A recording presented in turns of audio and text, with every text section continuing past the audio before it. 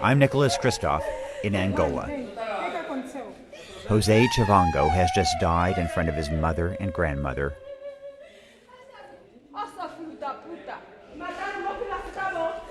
A foreign doctor tries to revive Jose, but it's too late. Nurses are helpless. You're seeing cases like this all the time. What do you feel when you have these kids dying unnecessarily? Estagnada, não consigo fazer nada, mas eu sinto pela criança que está aí. O hospital às vezes não tem essas coisas. Não sei. 16,000 children die every day worldwide, and most cases are preventable. Nowhere is it worse than Angola. This is the deadliest country in the world for kids, and yet the government has just cut the health budget by 30%. At a sunset dance party in the capital, Luanda, you'd never know there's a health crisis here. And that's a crazy part. This country is actually filthy rich, flush with oil and diamonds. There's so much money here that a one-bedroom apartment downtown can cost $12,000 a month. The real problem is it's just spectacularly corrupt.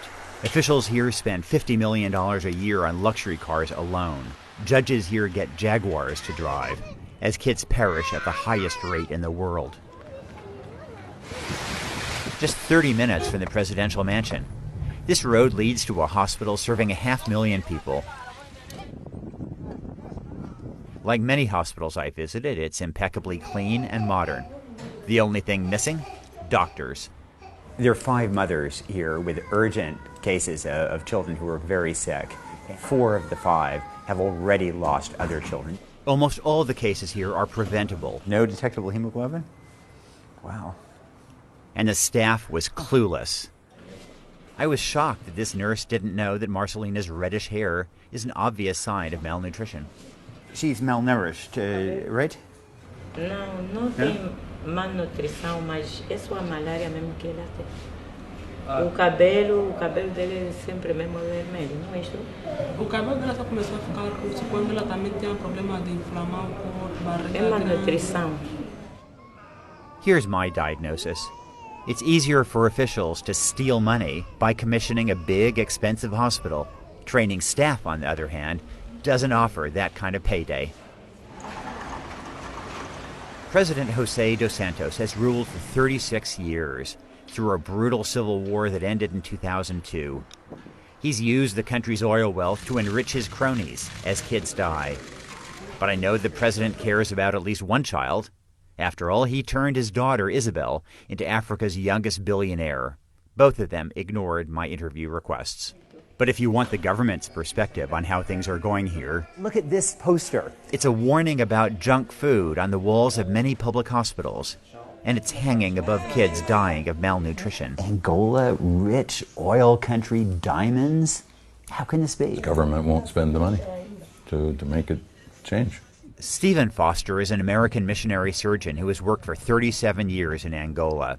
He runs a hospital for the poor overlooking the city of Lubango in southwest Angola. And it was sticking out of the leg? Yeah, broke right through. The suffering is biblical. Complications of severe malnutrition left this 10-year-old with a bone infection and his femur broken and protruding through the skin. Nobody took an x-ray for another year. Dr. Foster saved his life and leg. You don't need to make any new discoveries to prevent typhoid fever. You don't need to make any discoveries to provide better nutrition to children. The reality is that these kids in the hospitals are the lucky ones. 50% of Angolans don't have access to health care at all. So what I've been seeing in the last few days, kids dying of malaria, of severe acute malnutrition, that is the better half of Angolan health care. You've seen the best. That's what's happening as the best. Yes, exactly. Boy. If you dropped in here in a time capsule back in 1750, it's the kind of medicine that you can get 10 kilometers down the road here. So this is what it's like to drive back in time. It takes 8 hours down barely passable roads to get to a series of villages near Melange, east of the capital.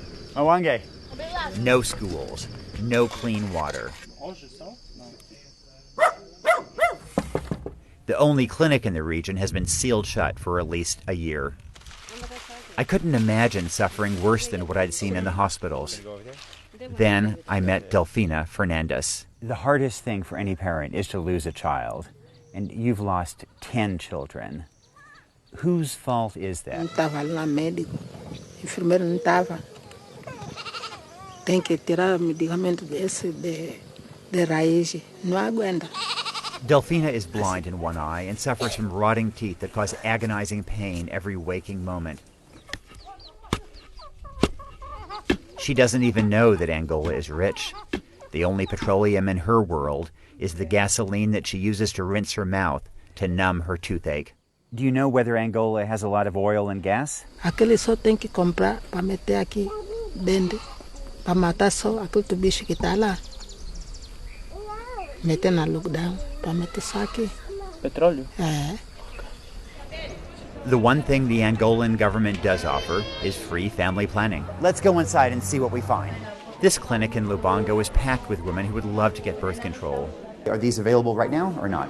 Não, mandamos comprar, não está disponível, não temos. The nurse admitted that the shortage is a nationwide problem.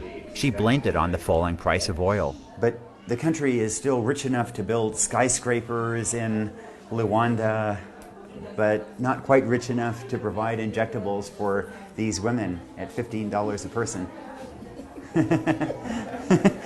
I know that aid programs give free medicine to Angola, so if the medicine isn't in hospitals, where is it? Do you have anti-malarials? So it says not for retail sale. We contacted the manufacturer, Novartis, and it confirmed that the drug was indeed a donation. So are there many doctors and nurses who sell medicines that they have on the black market? Sim, eles tiram. Vem nos vender nós porque aquela é coisa que mais é dinheiro. Que eles é dinheiro. What is happening in Angola is beyond belief, and it happens in broad daylight. Rafael Marques de Moraes is a courageous journalist who's been jailed for exposing government corruption. Corruption is the greatest endemic problem this country has, because they steal everything, you know. They steal everything. Doing anything right has become the wrong thing to do. If Angola had 10 whistleblowers like Rafael, there'd be a lot of lives saved. But the Angolan government has prosecuted Rafael as a criminal. The United States and European Union should support him more publicly. The president's private house, here you don't feel. The U.S.-Angola relationship is a love fest, which makes us complicit. Our assistance just lets wealthy Angolans off the hook as we subsidize their lavish lifestyles. Instead of giving money, we should be demanding accountability. And let's not forget about Western oil companies that occupy these towers.